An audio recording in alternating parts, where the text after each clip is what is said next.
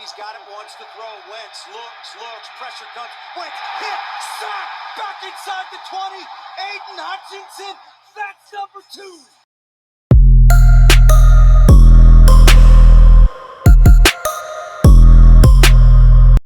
2. What's going on, guys? Welcome back to another episode here on Motown Mad. No, this is the Big D. The Big D. Dog. This is the Big D podcast. Welcome to another episode of the Big D podcast, where we talk all things Detroit sports and other cool, fun stuff. Ben, it's been a while, bro, but it also hasn't because we've been doing some IRL stuff. But how's it been? How's it going? It's been good, man.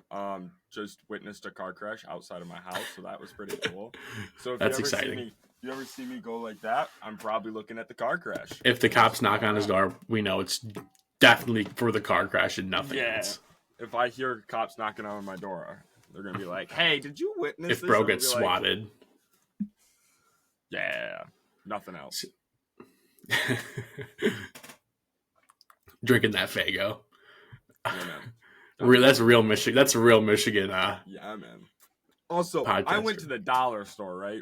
Went to the dollar store to get something for my mom, and then I also got myself something. I bought some Faygo, right?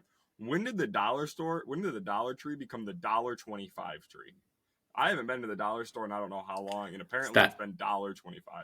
It is now. It's nuts. It's that. Yeah, they got to change the name. And apparently they're raising it to $1.50. Of course, it's inflation, man. Everything there used to be a steal, and now it's like not that much anymore. No. It adds up. That's where I get all my Christmas decorations. All right, let's hop into the episode here. So we're gonna do something a little bit different today. We're just kind of gonna go over some headlines because it's been a few weeks. So we're gonna kind of briefly cover everything that's happened in the world of Detroit sports the last 2 weeks or so. But let's start it off with last Saturday. Ben and I got the chance to attend the Big Ten Hockey Championship where Michigan took on Michigan State in East Lansing. It was a wild game. Michigan State ended up pulling away in overtime 5-4, 7 minutes into OT too. So we got to see a lot of free hockey. But it was unreal. It was a sick game. The atmosphere was crazy. Both fan bases showed out. It was so sick. The Michigan athletic director ran into us as we were waiting in line. That was kind of sick. And then literally 3 hours later announced the new Michigan basketball coach, which was pretty sick. Dusty May, which I actually don't have on the list, but we can talk about too a little bit. There's not much to talk about though. Dusty May, new head coach, seems like a dog. Dude loves to smile. Apparently every single picture I see of him, he's smiling. So he's definitely excited to be here. So yeah, Dusty May. A couple things I've heard on Dusty May is he's a good coach, not the greatest play caller though. So we'll see what happens. Luckily with basketball, it's not the most important thing, but yeah, we'll see what happens though. Yeah. So yeah, we got to see a lot of top NHL prospects and draft prospects in this game. It was actually crazy to see, and they actually have a chance to play each other again. They're currently in the same region. Are they in? I don't remember which region they're in. New Jersey or something. So Northeast. I can't remember. But Michigan takes on. Is it North or South Dakota? North Dakota, I think. North Dakota. In their first game, and then Michigan State takes on Western Michigan. Those games are happening Saturday, so the day this posts.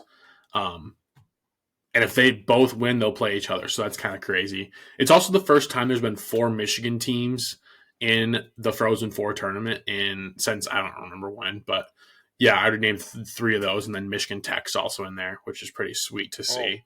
They actually played today on the day of this recording. Oh, they do play today. Okay. Yeah, Michigan State plays Western at 5, and Michigan plays North Dakota at 8:30. Right after. Yeah. Okay. Mm-hmm. All right. So when this posts, those games will be over, and Michigan State might be playing. And so do they then play tomorrow? Is that what I'm mixing up? They play the 31st, so they play on Sunday. So Sunday. Okay. That would make more sense. But yeah, one person I wanted to highlight in that game was the Big Ten Hockey Championship MVP, and that is the goalie for Michigan State, Trey Augustine. I told Ben now that the game is over, except that they might play again, so that might get pushed back. But I told him after the game he had to start rooting for Trey Augustine because he was a second round draft pick in last year's draft to the Detroit Red Wings. So he's a beast. He's a stud. Even if you're a Michigan fan, you can be excited once this season's over because collectively, all Red Wings fans, and he might solve our goalie situation that is very rocky right now. So, but the whole team's rocky. You know what? Let's just jump right in. I have them next, the Red Wings. I don't have the record since the patch was put on, but it's about as good as the Pistons record since the patch was put on. So that's cool. They're not good. I don't know what's going on. We scored 0 goals yesterday. We had like 3 shots on goal in the first period. I stopped watching after that. I was like, this game's gonna end disgustingly. Gave up 4 in the second yesterday. And then lost. Yeah. Didn't even know we played yesterday. I've given up on the Red Wings. Yeah, it's tough to watch. Tough. This is not the time to be losing either. We need we're on the outside looking in.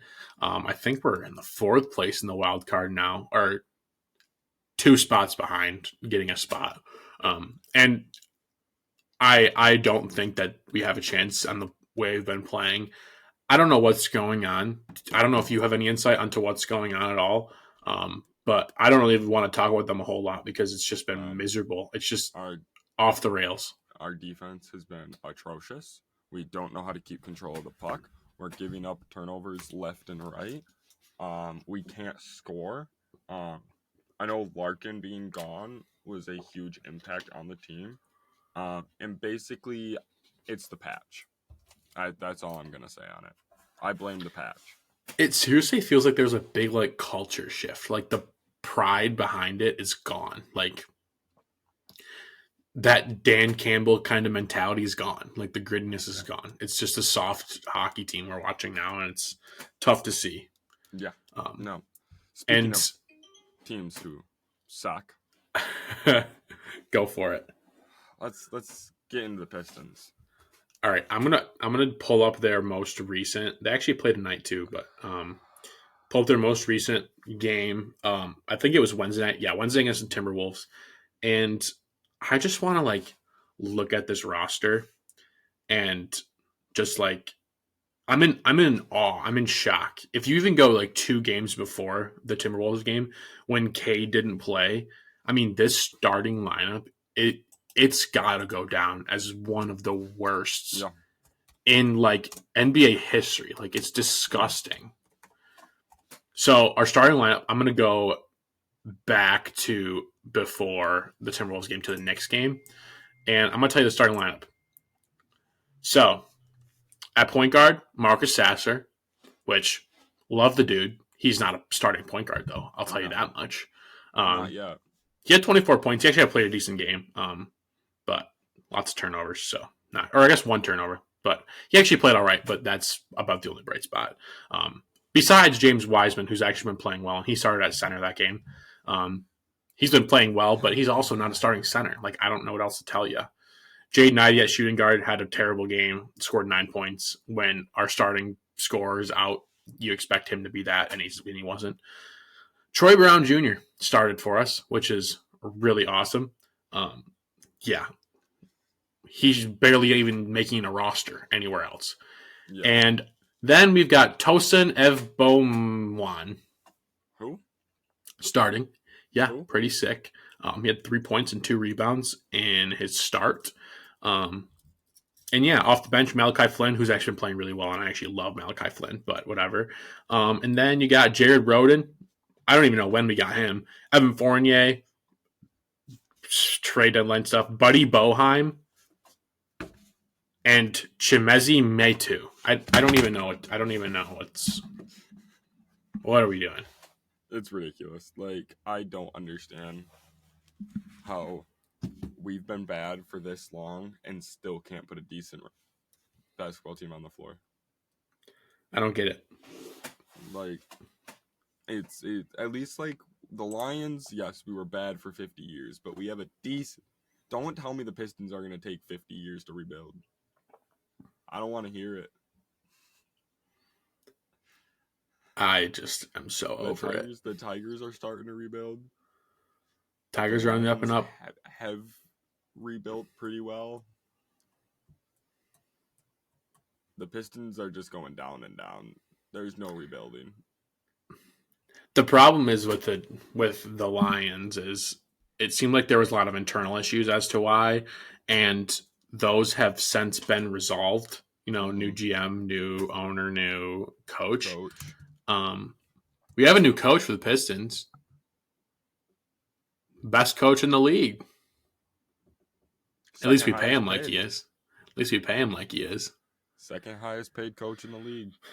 It's just exhausting, like, talking about this team and watching them because you just know it's like you look at the games on like sports books and we are like 20-point underdogs. It's like and we won't cover. It's like Stetson versus Houston wasn't even that much of an underdog. Like, yeah, I don't even know what to. It's exhausting, and I want to be done talking about it. Can we be done? UConn might be able to beat us right now the way they be playing in March. No kidding. A lot of these 1 seeds are playing well, and there's some other teams that are playing really well too, and we're going to talk about them at the end. But let's just move on. I'm so done with the Red Wings. I'm so done with the Pistons. Let's get to a team that just started their season yesterday, the Detroit Tigers. Yes, sir. Opening day. Riley Green.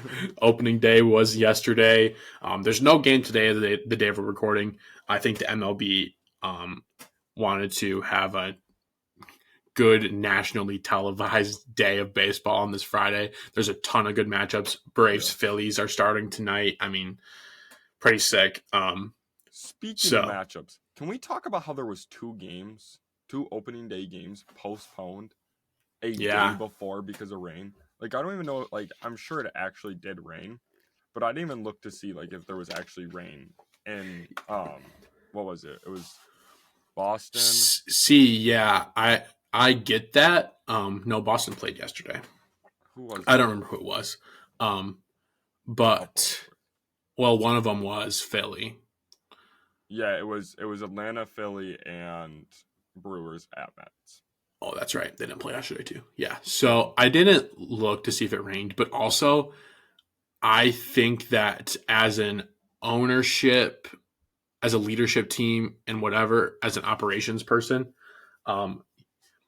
even though you'd make money off of letting people come in and using their tickets and buying stuff from your stores and concessions and stuff, it would really suck to have to send them home in like pre-game or first or second inning if it's too rainy. Definitely as it being opening day. Especially if they're going from Thursday to Friday. Like, typically, if you're available Thursday, you're probably available Friday. Like, I don't know. And also, if you're, like, potentially taking work off or something Thursday because it's that important to you, you're probably willing to do it Friday, too. So, I don't hate the decision. I would just hate to send fans home after a start, whatever. Speaking of, did you see the Red Stadium yesterday? That had to be the most packed stadium. Really? Oh, dude, you couldn't see a street. Like, that's how many people were there. I have a picture. I can show I can show the camera real quick. There's a video from the Miami Marlins Stadium, and literally it looks like there was nobody at that game. Like, there was people. This is the streets of Cincy. Wow. It's glaring right now, but it's unreal. That's unreal. Okay. Cincinnati. Yeah. Where'd you come from? And they won yesterday, too, which is cool. But, speaking of winning, the Tigers won 1-0. If you're not a baseball fan, you probably hated watching that game because it was pretty boring. But it was cool to see our pitching staff shove like they have been as of late, and it gave me some hope. I know we faced the Red Sox, but honestly, as much as I dog on the White Sox – did I say Red Sox? As much as I dog on the White Sox, that lineup actually isn't as atrocious as I make it seem. The pitching staff's horrendous, but the lineup is not terrible. Like, there's some offensive threats there. So it was cool to see us kind of throw around them, especially at their home. Like, that's pretty cool. Real quick though, speaking of players who play well, can we talk about Javier Baez real quick? Javi Getting booed in Chicago was kind of Hits a sick. single, steals a base, Scores her only run. hit over to third base by Parker Meadows on a ground ball that had the most insane hop. Yeah, that hop was unreal. That Nicky second base Lopez, was- nice play. Yeah, what a play on that ball. And then just a nice little fly ball to center field. Sack fly, baby. That's all you need. Andy Ibanez with the sac fly. I thought the lineup yesterday was very interesting. Now, granted, it was definitely because there's a lefty pitching. Yeah, like you're not gonna have Kerry Carpenter in there because there's. But it was so weird seeing Andy lead off and Torque batting second. Like, Well, it was Have weird. you not seen what Andy Ibanez has been doing to left-handed? Oh, no, I know he's been raking. But I thought, that's why I thought he would be, like, even soon, like, even, like, in the more meat. But I totally get it because, like, if he's not leading off, then who is? That's also, like, got decent speed and also can put the ball in play. And Yeah. I mean, Riley Green could lead off, or Parker Meadows could lead off. But I think I'm guessing Parker's going to lead off against a righty. That's kind of what Jason Benetti was hinting at yesterday. Also, we got to shout out Jason Benetti because much better. It's so electric watching these games. He was hilarious yesterday. I mean, it's like actually fun watching these games best now. Commentary I've heard watching it. Oh my gosh, I'm so excited to tune in. Last year was so boring to watch. Yeah, it was. And granted, this was first game, so it was probably a little bit more exciting. But still, I mean, dude is a beast. I love listening to him. But yeah, he's actually like funny and doesn't just hey. Yeah, he's a really good voice for it too. Right field.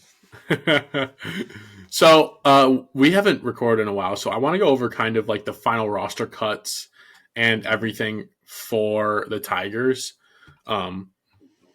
because granted, every single move that they made in sending people down, bringing people up, whatever, I 1000% expected. Like, this final roster is pretty much exactly what I expected.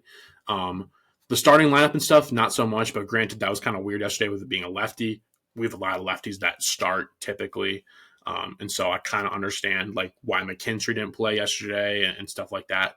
And I also kind of saw that lefties might kill us this year. I'm a little bit concerned. Guys like Garrett Crochet, you know, we're going to see him a lot, I'm assuming. We're going to see Cole Reagans a lot. He's a lefty. He's absolutely shoves too. So that's kind of scary. But that's a different topic for a different day. But also like this final roster, right? Parker Meadows, Riley Green, Spencer Carey, Mark Hanna, Colt Keith, Javi Baez, Zach McKinstry, Jake Rogers, Carson Kelly, Gio Urshela, Andy Ibanez, and Matt Beerling. Like, those are the guys that we expect to make the lineup position player wise. I think that we both could say the same thing. Like, that's almost exactly what we expected. Now, take out Javier Baez, put in... See, that's the next thing I'm going to talk about. But first, I'm going to get into these pitchers because I think this is pretty much exactly what I expected. Besides the absence of one guy, so Tariq Skubal, Kenta Maeda, Jack Flaherty, Casey Mize, Reese Olson, all starting pitchers. Alex Lang, Jason Foley, Andrew Chafin. Also, Foley, Chafin, and Miller shoved yesterday. Well, Miller sort of. They all shoved yesterday. Shout out them. Will Vest, Tyler Holton, Joey Wentz, and Alex Faedo. Now, we are missing Matt Manning, and I'm a little bit like iffy about it. But also, you look at this lineup and like, whose place is he gonna take? Yeah. The only place I could see him taking is Reese Olson. I could see it too. That's the only spot I could see. And I'm guessing they're probably going to trade time this year. Hopefully not too much. It'd be nice to get these guys established. But both those guys are starters. Like, they're built to be starters. You're not going to put one in the bullpen. You heard, who was talking in the broadcast yesterday in like the fourth inning or whatever it was, talking about like the guys that he has sent down to AAA. Oh, it was Scott Harris. Yeah, that was Scott Harris. Yeah, I can't remember.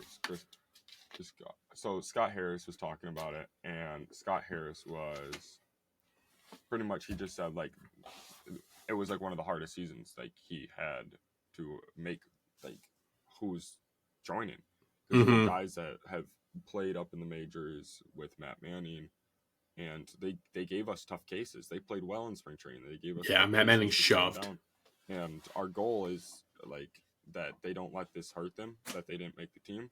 But this lights a fire under them, and they basically make us pull them up.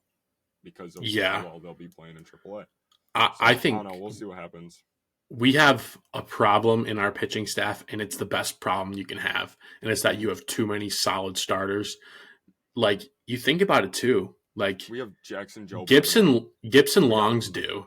Yeah. Jackson Job, Matt Manning, like, Wilmer Flores. and Bo Breesky. Like, these are all guys that could fill in, and there's going to be injuries. So that's a good thing to have those guys ready. Mm-hmm. I'm assuming Matt Manning's the first guy called up. I mean, he's got to be, right? Like, he's MLB ready. Yeah. But also, one thing I want to talk about is our spring training was very, like, unique this year in the sense that our starting lineup wasn't too special. Besides, like, Parker and Andy, they both played really well. But these guys that, like, are trying to, pave the way and make their case for making this team were playing phenomenally. And it's sweet to see. Like, would not be surprised when Ryan Kreidler gets pulled up or Eddie Leonard gets pulled up.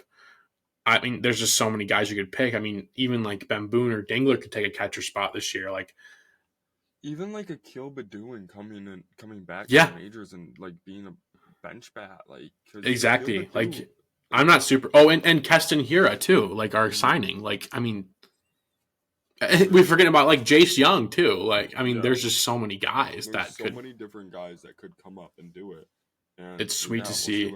Also, you forgot to shout out one player. No, Cole Keith. Oh, yeah! Shout out Cole Keith for his first major league hit yesterday. It was gross. It's the hardest hit. It was the funniest. It was really funny. But also, real quick, he did face a lefty yesterday, and he's a lefty. So yeah, I give him the benefit of the doubt. His outs were hard hit outs and like well struck balls. Like, I'm not gonna lie. Strike out? Did he? I don't think he struck out. I feel like he maybe did once, but I might be. I might be wrong here. I think his last at bat he might have. I'm looking. Oh, my arms. Grounded out, flied nope, out. He didn't. Lined out. Yeah. So he lined out twice, grounded out once, and got an infield single. Yeah, I mean, and the balls that he got out on, they were well struck. I'm not gonna lie. So it's sweet to see he's earned his spot. His family, they were interviewing his family yesterday, and his fiance was being pretty funny because who is it? I forget who our like on-field reporter guy is. I forget what his name is. Anyways, I just keep mixing up names. It's not like is it Shepard? Is he do him? I can't remember who it is, but he was interviewing and he was funny. He was being funny. Anyways, that was totally random. But the good thing is we have, I think in most of the rankings I've seen, a top 6, 7. I've seen 5 farm system in baseball, and it's about time where we knew it was happening soon. It'd be nice to take this like Orioles step here soon. You saw the Orioles go through all kind of I mean, let's be real, the perfect like book written rebuild. Like, you're bad, you're getting better, and then you're just boom, you're there. So I hope the Tigers are next. I don't know if we have that power yet, but we'll see. I hope so. Like, if the Tigers can be next from this, like what the Baltimore Orioles did, the Reds are somewhat doing it too. The Reds are getting there too, yeah. The Reds are getting there too. That's true. We're probably more like on point with the Reds, I would say, for sure. On point with the Reds right now.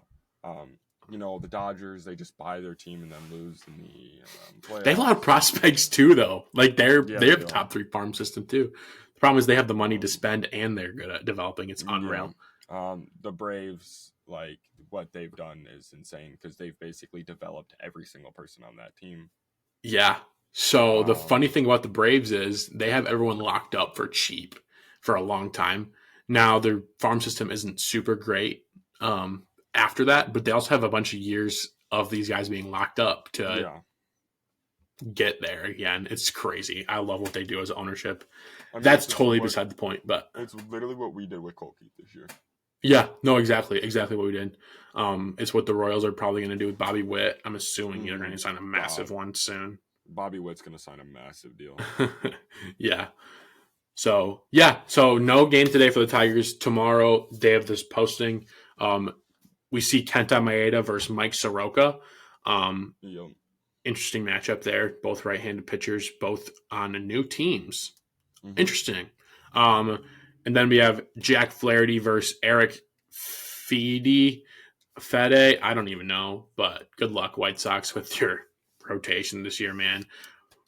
Crochet did shove. I'm not gonna lie, he looked Crochet insane. shoved.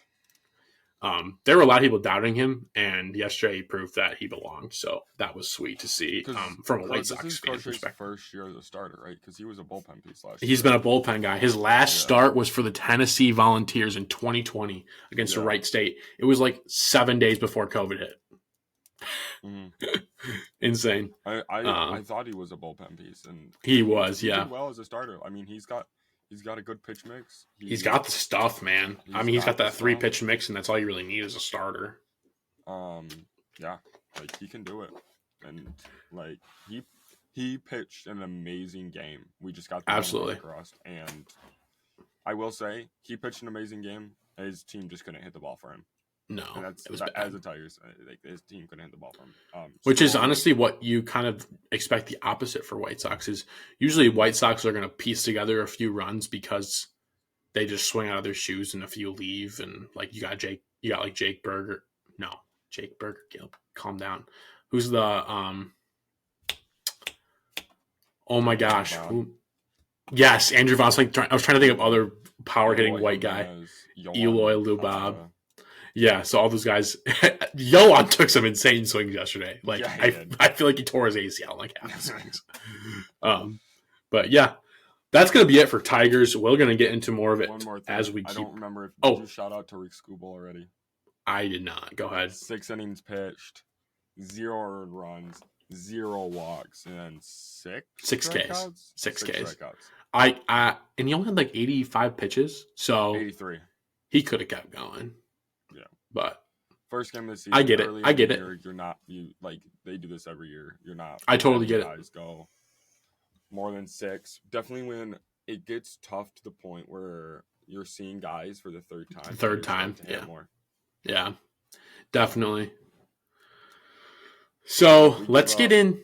Yeah, let's get into some Lions talk now. Our bullpen didn't give up a single hit yesterday. Correct. Did I say that? I said they shoved. I didn't say that they gave a single hit. I didn't notice. They didn't walk it. They didn't. Literally, our bullpen didn't give up a single base runner. Did we? We didn't walk anybody yesterday, did we? No. Wow. Pitching staff shut out yesterday. Insane. And shout out Riley Green in the outfield. Oh my God, yeah. 2 insane plays. And then one that was also nice. Yeah. All right. Let's be done with Tigers for today. Let's get on to Lions. Now, there's some interesting stuff going on. It's kind of some icky, gross. Both of these stories we're going to talk about are kind of just like not what we really want to be talking about necessarily. But we are going to mention the Cam Sutton news. What he did is wrong, and how he's handling it is also very, very wrong. So I'm just going to share the news based on what I've heard, and don't take this factually because this may not all be true, and this is all what I heard. But basically what I've heard is, he pushed his girlfriend off a 3-story building, or this girl he was involved with. She got hurt. She's not dead or anything, and I think she's actually doing fine. But the problem is that that's assault, and the Lions found out after. Actually, they might have found out the warrant was issued. The Lions released him. The problem is when the warrant was issued, Cam Sutton was actually in the Lions facility, and the Lions, staff personnel encouraged him to, hey, turn yourself in, take the easy road. But bro just kind of dipped, and no one really knows where he went or has seen him since. So it's kind of a weird story because we don't know a lot. But also he's no longer a Lion. So there's nothing really else to, I don't know. It's tough to see. a guy you watch all season. And I mean, especially, I mean, it's one thing,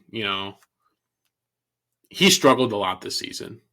Like, I'm going to be honest. And we always were ridiculing him and stuff. And I'm sure we weren't the only ones. So it's tough to see a guy probably handle it pretty poorly.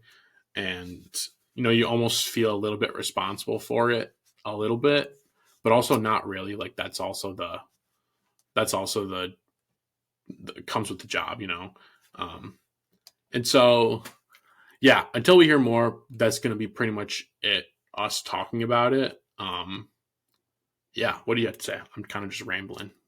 Honestly, I don't even know what to say on the topic. Yeah, he's disappeared. He was at the Lions facility. They found out about the warrant, and they told him to turn himself in, and then they lost all contact with him. He hadn't he's literally not contacted a single player or coach from the team. They released him, and still no sign of where he is at. From what I know, there's literally no sign at all from where Cam Sutton is at right now. So yeah, it's wild. Yeah. Yeah, this is either going to be, where the story kind of ends, or I can see this going off the deep end and being pretty big. So, we'll keep updated when we hear more stuff, but don't really want to talk about him too much. Just kind of if it gets resolved, we'll mention it briefly again. But that's pretty much it for us, and let's move on. Yeah. Speaking of some other Lions news, live, Brock Wright has signed an offer sheet from the San Francisco 49ers. Detroit now has 5 days to match the offer. Restricted free agent Brock Wright. Yeah, that's interesting. We'll see. I always have loved Brock Wright in that era when we didn't really have a tight end and he filled in. I loved watching him. How much of an impact he had this year, I don't know. How much of an impact he'll have next year, I don't know. It seems to be that we're kind of moving towards the James Mitchell's our backup. And so he would kind of be the third string. And I mean, depending on what the contract's for, the offer's for, I would love to see him back. I really would. I mean, and to me, it can't be too big with the 49ers just because they already have a lot of money on their payroll. They don't have correct. They don't have much cap space. Correct. And also, you have George Kittle on that team. They're not going to pay another tight end that much. Yeah. Yeah, it's Laporta. Yeah. So, two teams with top 5 tight ends. It's just who are also competing. I almost just said, he's going to a team that's going to compete for a championship. And then I was like, wait, hold on. That's also us now. So I got to remember that. But I don't know how RFAs work because I don't know. If we match the offer, can he still say no or not? I'm not really sure how that works. I don't know. But yeah, we'll see. We'll see how that plays out. We'll see that next week because you have said 5 days. So we'll see next week how that happens. But let's talk about Amik Robertson. He's been in the news or the Detroit media a lot. He's giving CJ Gardner-Johnson vibes, but also in a little bit of a different way. I don't even know how to explain it because he seems prideful in himself, but also very grateful to get the opportunity. But he also seems like he's mad at Lions fans for thinking that we need another corner when he thinks he's solved all of our corner issues, even though he's only one person. I don't know. Yeah, I'm getting strange, weird the vibes. Thing is, though, we did sign 2 corners, and then we still have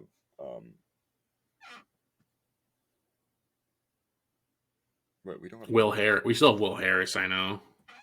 Yeah, Vildor. And Vildor, yeah, that's right. Brian I don't know. Our slot corner. I feel like we need another one. Yeah. In case take him in the first round though. Correct. I don't think we need a first round corner. Unless you have a guy who you know is gonna be a certified dog like the next like 10 years. I wouldn't take one. But like in case we have a situation like last year where Mosley gets hurt, or someone like Mosley gets hurt, like what if he gets hurt or Brian Branch gets hurt or whatever, we need a guy to step in. So I would say we kind of would like another one, maybe a second or third rounder, or someone. Honestly, we could. Mike Sanders maybe, still in the second round.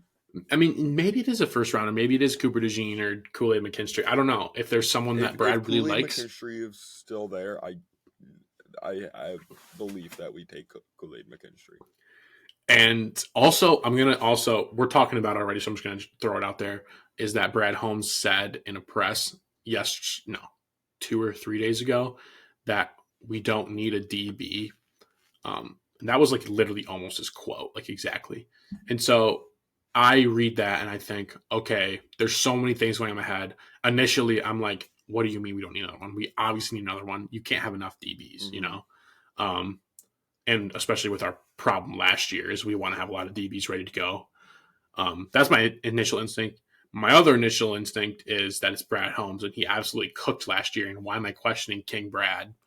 Yeah, that's where I'm at. Like, yeah. I will not question Brad exactly, Holmes. And that's where I'm at now.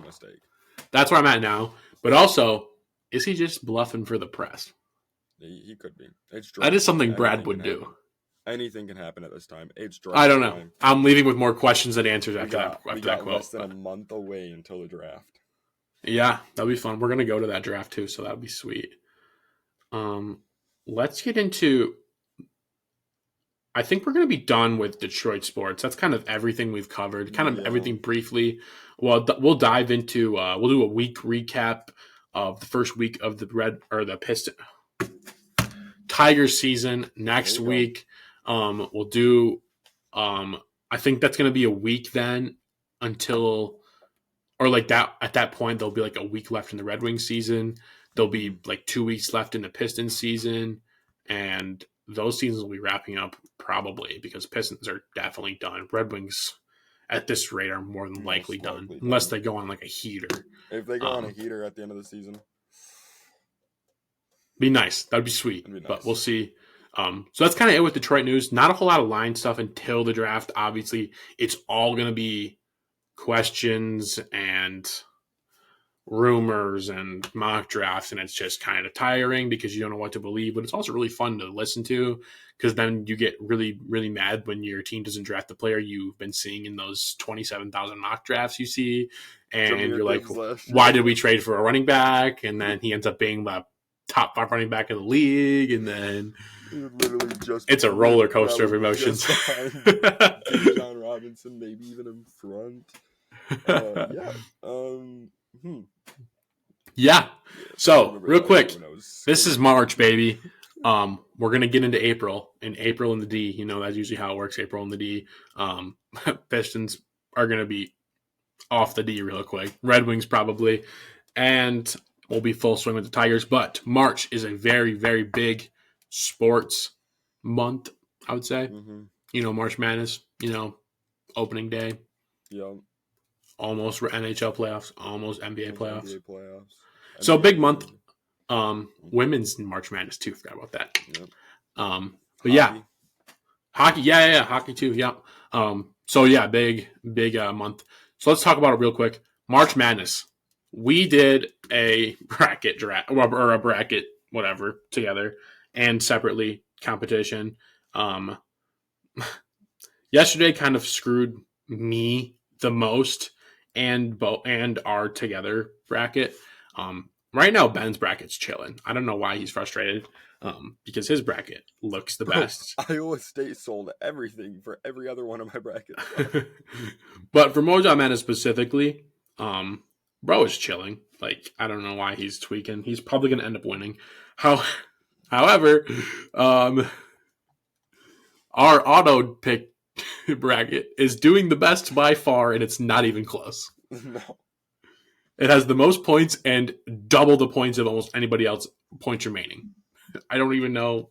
It's crazy. Yeah. Oh, wait. New report. The Lions gave Brock Wright a key part of their offense, particularly in the run game, a 1-year, $2.9 $85 million original round RFA tender. If Detroit declines to match, there is no compensation. Okay. Gotcha. That's the number. So back to this March Madness. I'll throw it on Instagram too after this round. After the final four set. Yeah, after the final four set, I'll throw it back into the Instagram to show everyone kind of where we're at. Without clicking in anything, just looking at the numbers. Our auto pick is doing the best. Our together bracket has the second most points right now, but the least points remaining out of anybody else. Shout out Iowa State. Thanks, Iowa State, for losing. Ben's then in third and ahead of me. He has more points and more points remaining, so he's losing tonight. Though I don't want it like. Marquette is losing tonight. Bro's not confident in Marquette anymore. He watched 2 games and was like, nah. Who does Marquette play? I got it right here. They play NC State. NC State. They got the big guy to deal with tonight. They could win that. Dude, Creighton is losing and Marquette is losing tonight. I guarantee it. It's chalk after today. I need Duke to beat Houston tonight. For different reasons, but yeah, that's it with the bracket update. Another headline. 4-1. Yeah, there we go. That would actually be kind of sick. Another piece of sports news that's kind of random, but you're a big Warriors fan, and I want to hear your insight on this Draymond Green situation because he got I almost just said expelled from the game. He got ejected from the game for arguing with the ref 2 nights ago. There hasn't been any news since whatsoever. But the reaction Steph Curry had when he got ejected makes me think that there's something up. And there's definitely something up. What are your thoughts? It's called Draymond.